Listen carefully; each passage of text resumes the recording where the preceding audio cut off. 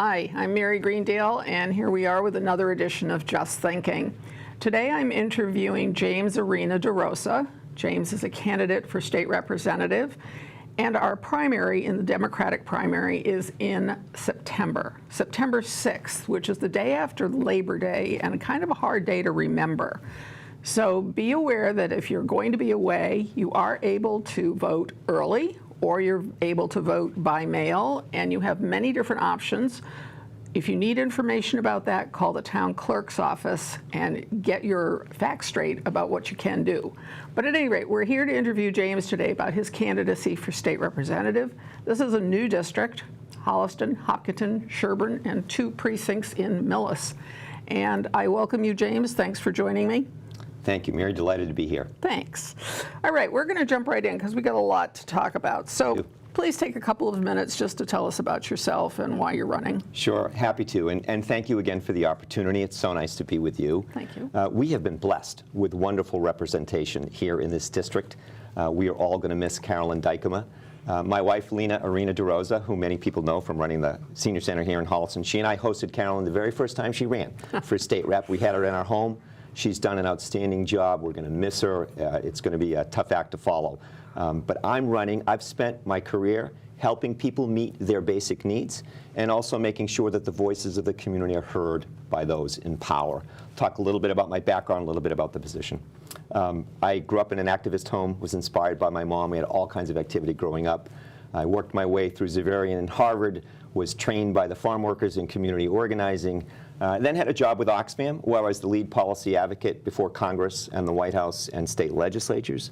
Was then asked to serve as the New England director for the Peace Corps, a wonderful organization that I still admire so much. And then was asked by the Obama administration to lead USDA Food and Nutrition. I had a $12 billion budget that had oversight of all the New England states. We serve 20 million Americans. One of your questions later, I'll get to some of the details of that work and how important it is to my experience. But what I'd like to add is that as much as I'm proud of my work at the national and state level, I've always been a person of the community. In my jobs that I had, sure, very comfortable working with governors and legislators and large committees and administrators, but I'm a person of the community. I served as a member of the Finance Committee here in Holliston. I chaired the local Democratic Party here in Holliston. I coached Little League Baseball. I've been a volunteer for Celebrate Holliston as long as I can remember. I also was asked when the town needed a new town administrator, was asked to serve on that committee.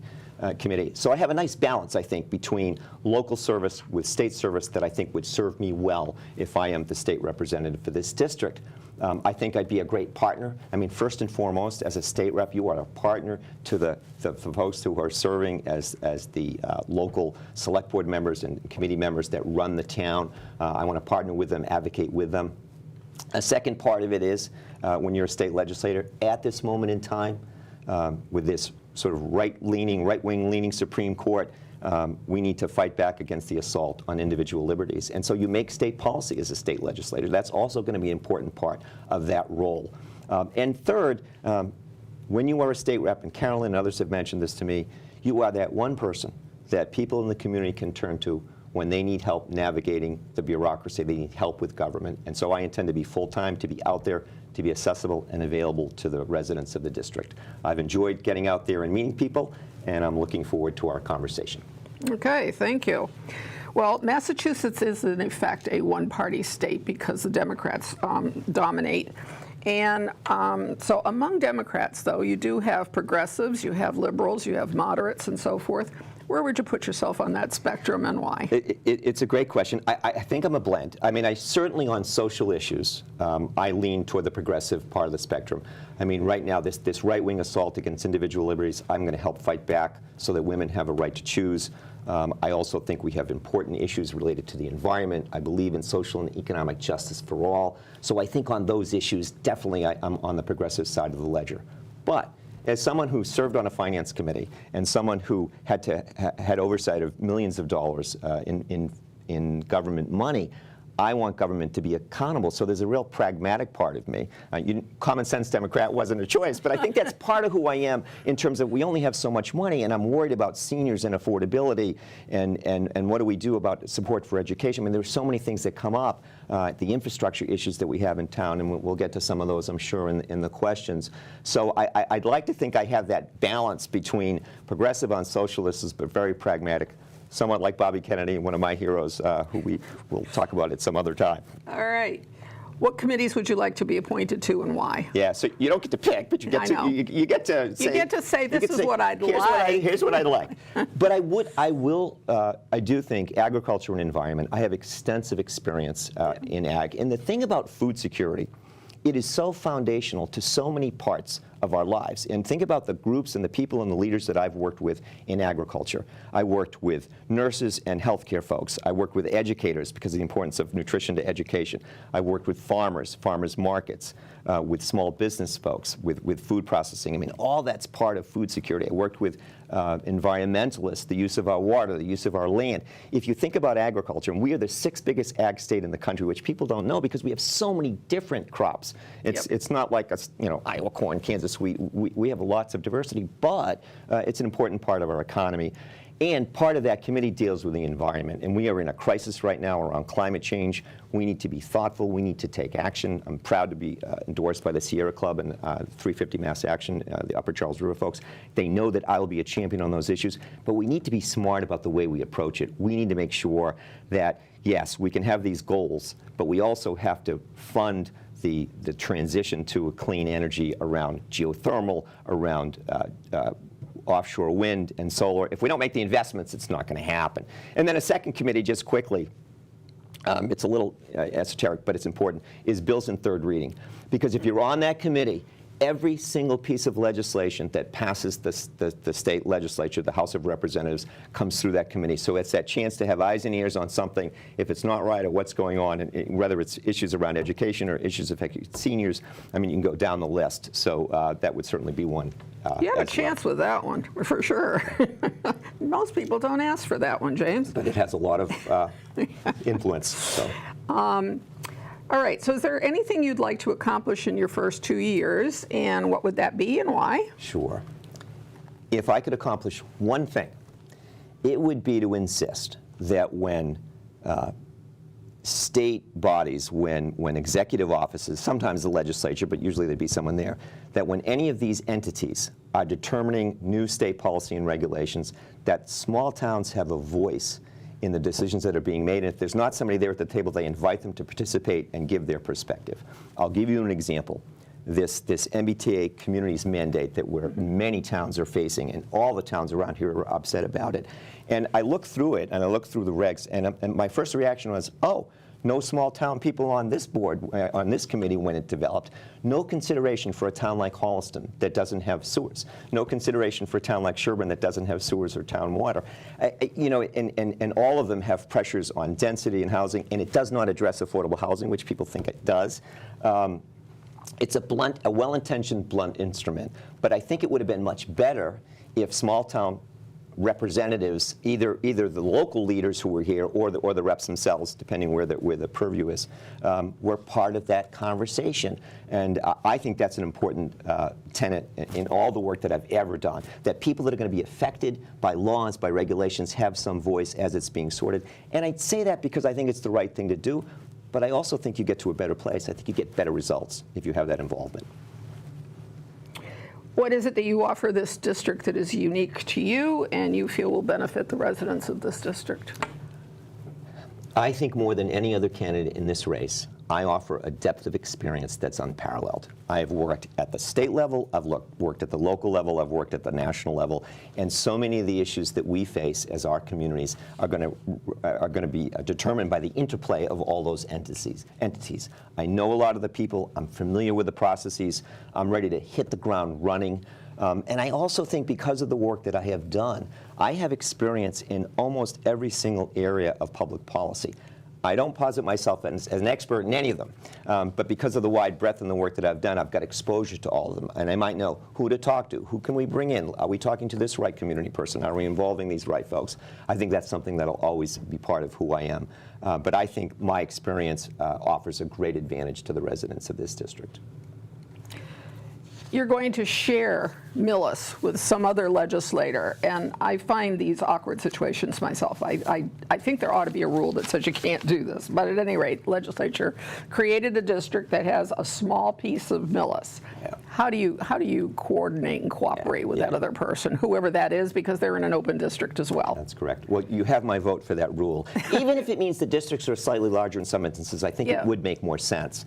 But I think it's going to just require a lot of dialogue and discussion, open channels. I met yesterday, happened to be met with somebody, one of the Millis Select Board members who's very supportive, but he doesn't live in the district, but I still want to be talking and engaging all the time because you're supporting and representing the town. You know, if we're lucky, and I happen to be fortunate enough to be elected, we'll end up on different committees, so there can be some cross-checking on things that come up. But yeah, I think you just, as much conversation as you can and keeping channels open. All right, so a biggie for all of these communities is education. So let's talk about public education, your feelings about it, Sure. how the locals are doing, and how the state's doing. So I think we have outstanding schools in this part of the state, in these communities. You know, when Lena and I were looking for homes because we had a growing family, we looked at Holliston and Hopkinton because we knew there were great schools here and wanted our kids to grow up in a community with great public schools. So I think the schools are doing great. I do think there are some things that the state can do where it's, I won't say falling down, but could be more supportive. And I'll point out two areas. So one of them is around state aid. So here we are where the state, we're learning, has a multi-billion-dollar surplus. And my first reaction is, how about more support? How about more state aid to local communities? We all want tax relief, but what's killing a lot of people around here is real estate taxes. It's hard to, let's put a check against that. And I'd rather give money to our local leaders and have them figure out how best to spend it rather than give me a couple dollars a week. I mean, we all want something, but right, you know, I just think it would be a better way to do it. More specifically, I think the state has to rethink its special ed funding approach. Now, to be clear, I support special education. I think it's important that we provide those services as a society. That's really important. But this is one of those things where we are a commonwealth. And the state sort of leaves it to the vagaries of what happens to be happening in your individual community at that point in time. And every town, they've talked to me about issues where they've had to scramble. They want to meet the needs, but they've had to scramble. They have mix and match money. I think the state should be putting in a lot more than the $200 million that they do. I think we should change the circuit breaker for special ed funding. It needs to be a more supportive environment while we continue to provide the important services that we do. Okay, so I want to ask you a few things. I know that, you know, these are sort of quick and dirty questions. Rapid fire ones, Rapid yeah, fire, sure. okay. So how do you feel about charter schools? Yeah, I'm not a big charter guy. Look, if parents want to do it, that's fine. I think we keep the cap where it is. Okay.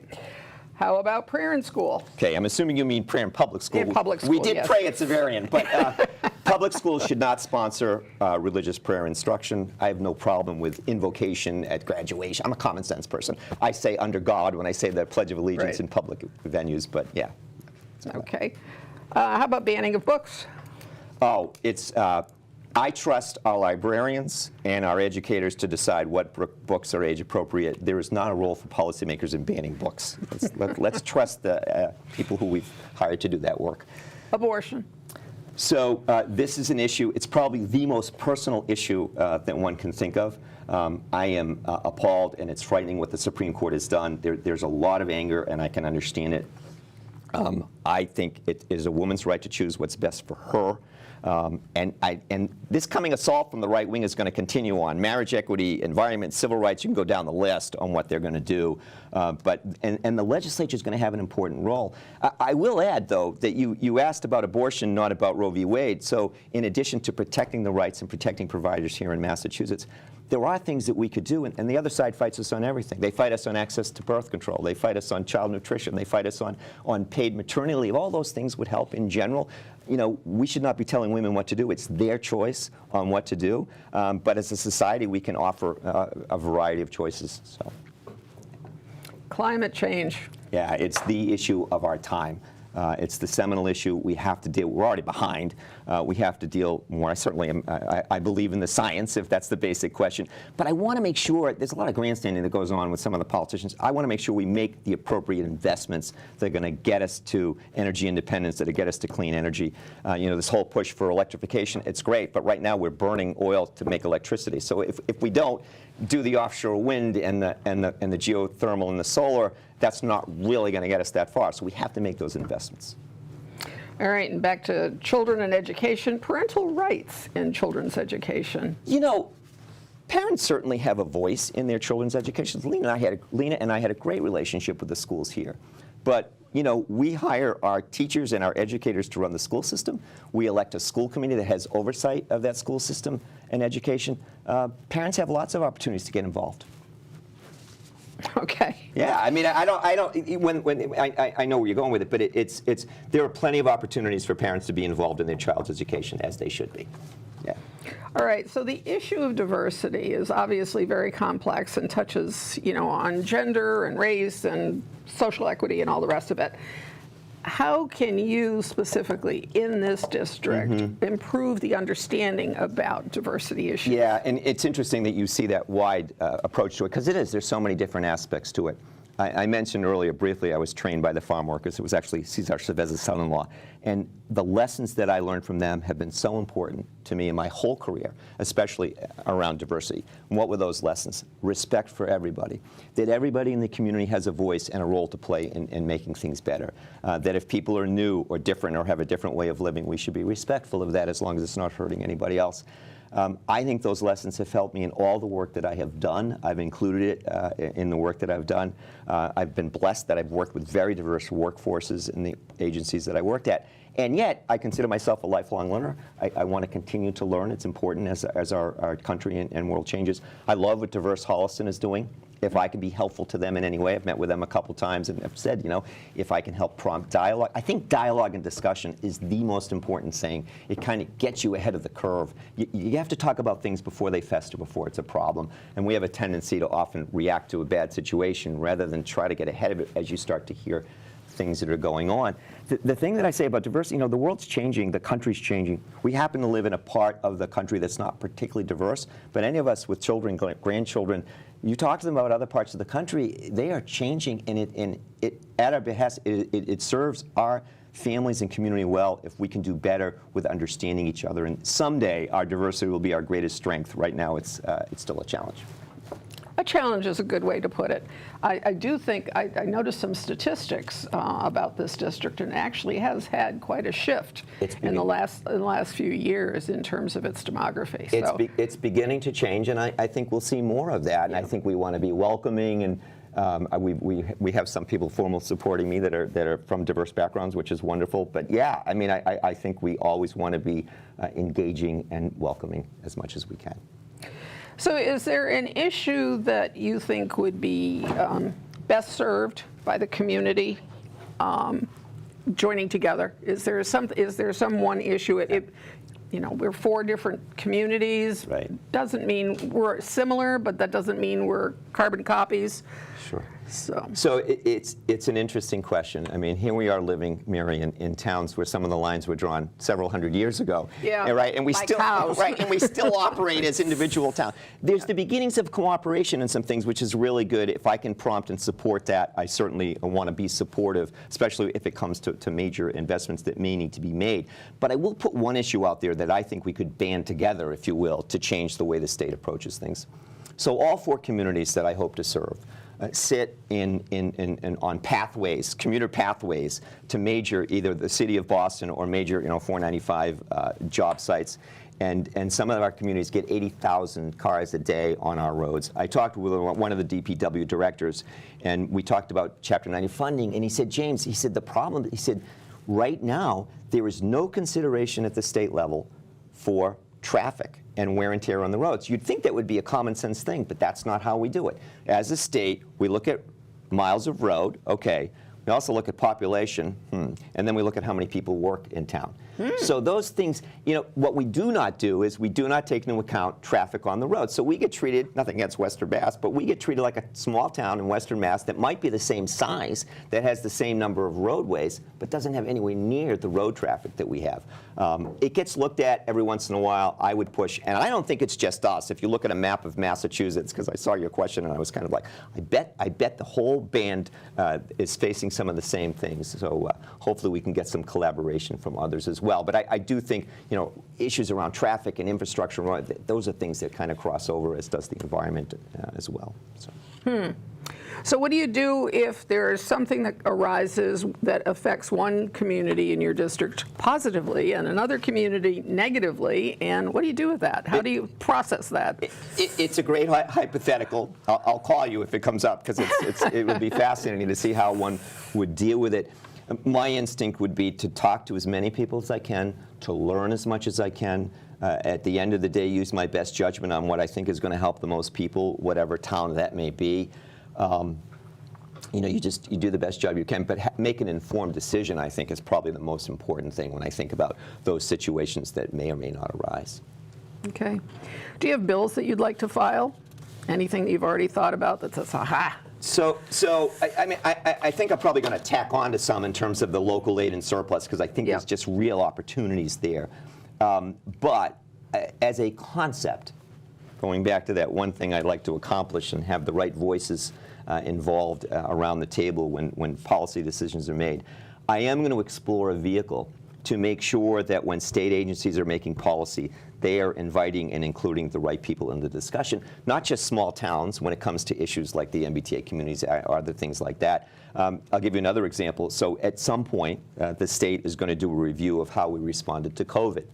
And there's already some battles going on about who's going to be around the table. Now, of course, we want the hospital executives and the people running. That's fine. I mean, they should be there. But I want to make sure the frontline healthcare workers are there, that the nurses are there, that the local public health folks who had some great beginnings of responses and then got kind of subsumed by the state. We go to all these sites that people had to drive to. The right people need to be around the table if we're going to learn the right lessons. So I think, as a concept, I'm going to try to look for vehicles to do that, but we'll always be pushing for that. And then, again, I do think there'll be some specific things where there'll be bills that I would be supportive of to help more with local aid. I'm going to guess the answer of this, but have you ever attended a legislative session in the chamber? And just describe your thoughts about that and your feelings about that. Yeah, so the chamber's not what it looks like on, yes, I have. The chamber's not what it looks like on TV. There's a lot of all this side action that goes on, people running in and out, and sometimes you see them speaking in front, but there's all this other stuff going on. Sometimes it's a full chamber, not that often. The thing to keep in mind, and you of course know this, Mary, but hopefully most of you do, most of the activity related to making policy and legislation happens outside the chamber itself. It happens in committee meetings, it happens in one-on-one discussions, it happens in dialogue, and I have experience in all those areas in prompting and promoting and supporting or challenging public policy, because it's a lot of the work that a legislator has to do. There's the formal sessions that you have, but then it's all those things that happen in the background that lead to that point. Don't you find the chamber pretty awesome, though? I love it. It's one of my favorite. The Massachusetts State House is a gorgeous building. Yeah. I'm in awe. I worked early in my career. I worked at the Secretary of State's office and was a special assistant to the Secretary. So I got to be involved in all different issues. And one of it's the tours of the State House are part of it. It is. It's a fabulous building, fabulous chamber. Always love it. Love it. Reminds you of some of the great things we've done as a state. Not perfect. We're always learning and growing, but really proud of what we've done over the years. Yeah, it's a great building. For sure. So in terms of legislation, have you testified before a legislative committee, and what was the issue on, and why, and how did that all go? Sure. So there have been many instances where I have briefed legislative committees, especially when I was at USDA, whether it was committees around health or around education, in terms of the impact of the programs that were under my purview that I was responsible for. And so there were formal meetings, there was dialogue that went on, there were a lot of one-on-one discussions that went on. Testifying is a very formal term, and yes, I have testified. I had to hold the state of Connecticut accountable for multi-million-dollar overruns in one of the programs that I was administering at USDA. Their error rate got too high. We had to hold them accountable. And I had people investigating, a whole team working on it. I was the person who did the testimony. And we made sure that the state was held accountable. We gave them opportunities for corrective action. We worked with the governor's office, with the legislature, with the team that was administering the program. But it was an interesting challenge, but I welcomed the challenge. I mean, I thought it was really important that we said our piece and said it in a way that was strong and forceful. And I knew we had the law behind us, and it went really well. And we got a good response. It will be interesting to be on the other side where I get to ask the questions if I happen to be fortunate enough to be elected to the legislature. Yeah, it is. I'm sure it's very different. But what are the top 2 issues that you think face this district as a whole? Yeah, there are so many, but I'll put a few out. Yep.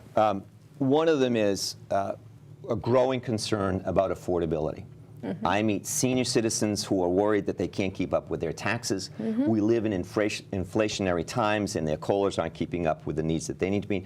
But it's not just them. You have young people that can't afford to buy in these communities anymore. Yep. I think that's going to change who we are. I mean, we are great communities. People are attracted to them. That's wonderful, but we also want to make them affordable.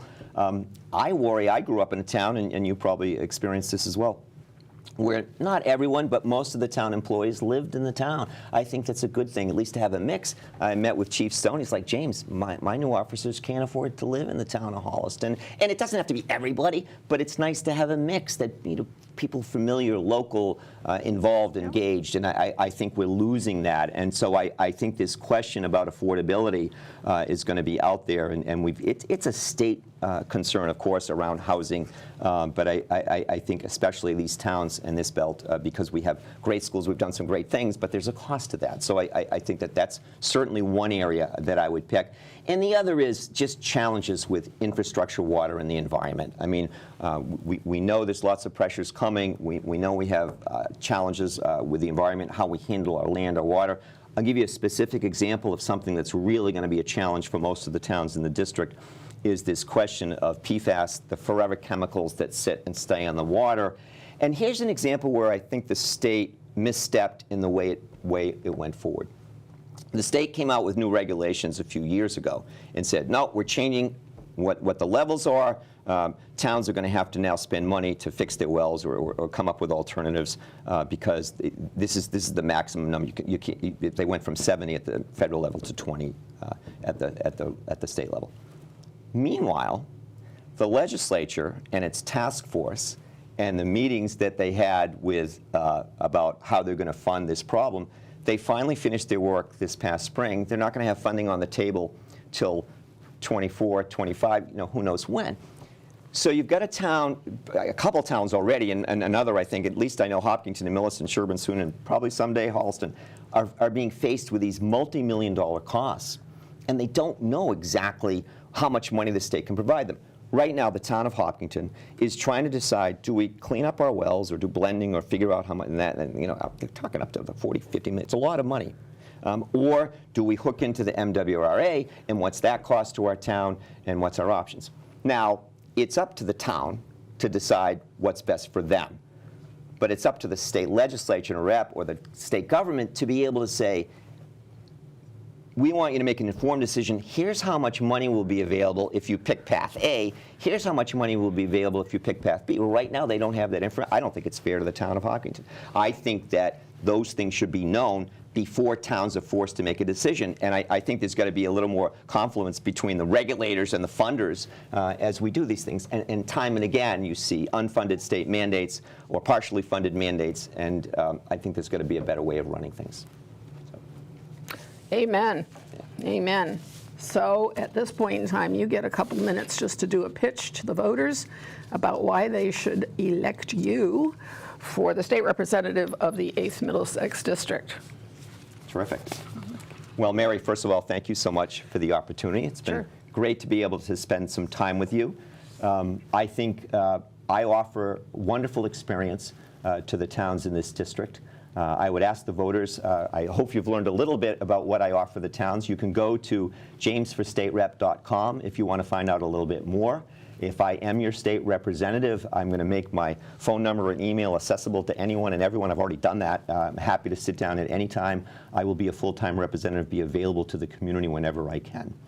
I think the question for the voters of the district is who is best prepared to serve these towns.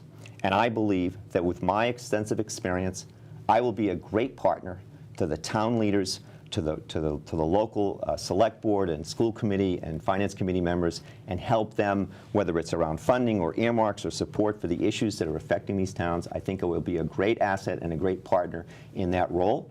I also believe that I would be a champion on social justice issues. Again, the state legislature is going to have a role fighting this conservative Supreme Court. We need to make sure that we protect the rights of Massachusetts residents in the months and years to come. I'm going to protect the women's right to choose. I'm going to protect civil rights, social and economic justice, protect the environment. I mean, those are all really important roles that we're going to have to play as a state against some of what's coming with this national assault coming from the right-wing Supreme Court. But I also plan to be out there and to be available, to be accessible. I'll be that person who you can always turn to if you need help. We have great support for this campaign. I've been endorsed by nurses, by teachers, by environmentalists, by local Democrats. I'm so proud of those institutional endorsements. But more important, we have throughout the district a number of select board members, finance committee members, school committee members that have served every community in this district who are supporting my campaign. I'm really proud of that. I think they see me as someone who would be a great partner to them. But it all depends on you. I ask for your consideration. I ask for your vote. And let me just close by saying it would be an honor to serve the residents of Holliston, Hopkinton, Millis, and Sherburne. Thank you very, very much. Okay, thank you again, James. And a reminder, I can't underscore this enough, the election is September 6th, which is right after Labor Day.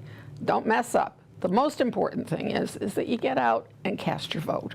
And there are ample opportunities beforehand and on that day to do so. So please make sure that you do. In the meantime, I wish you a good hot day and perhaps a little break in the heat this week. Okay, talk to you next time. Thank you.